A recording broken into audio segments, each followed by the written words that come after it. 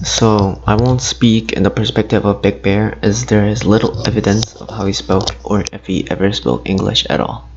The voice I'll be taking on the role of a fellow English historian, obviously very respecting of Big Bear. Over the countless cultures, the idea of currency has been one of the most important developments in deciding which historical figure to put on each banknote has been one of the most fiercely discussed topics.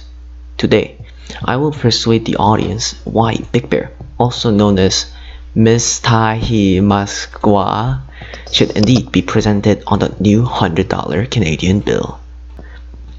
The major aspect of what makes a historical figure indeed historical is their legacy or deed. So what did Big Bear do? How was his life like? What was his significance in Canadian history?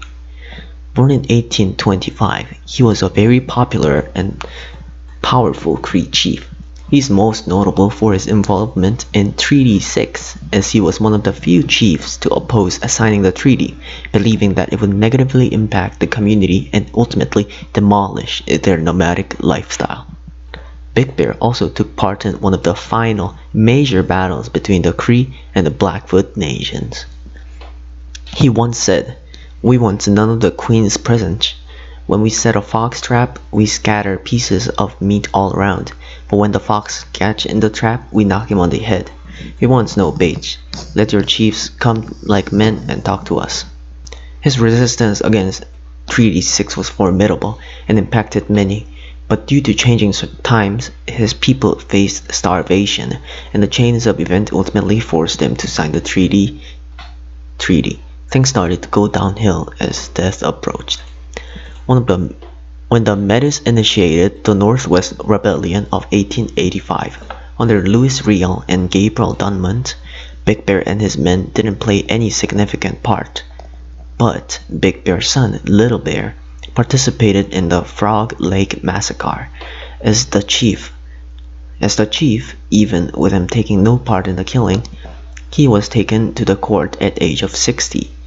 It was clear that Big Bear was innocent and even tried to protect the prisoners of the rebellion, but he was still found guilty. In 1887, after serving 2 years of his sentence, Big Bear was released due to failing health conditions. Big Bear died soon after being released on the Poundmaker Reserve in January 1888 at 62 years of age. After many years of struggle, I believe he is worthy of being a $100 bill. Also, there are no indigenous people on any of the bills.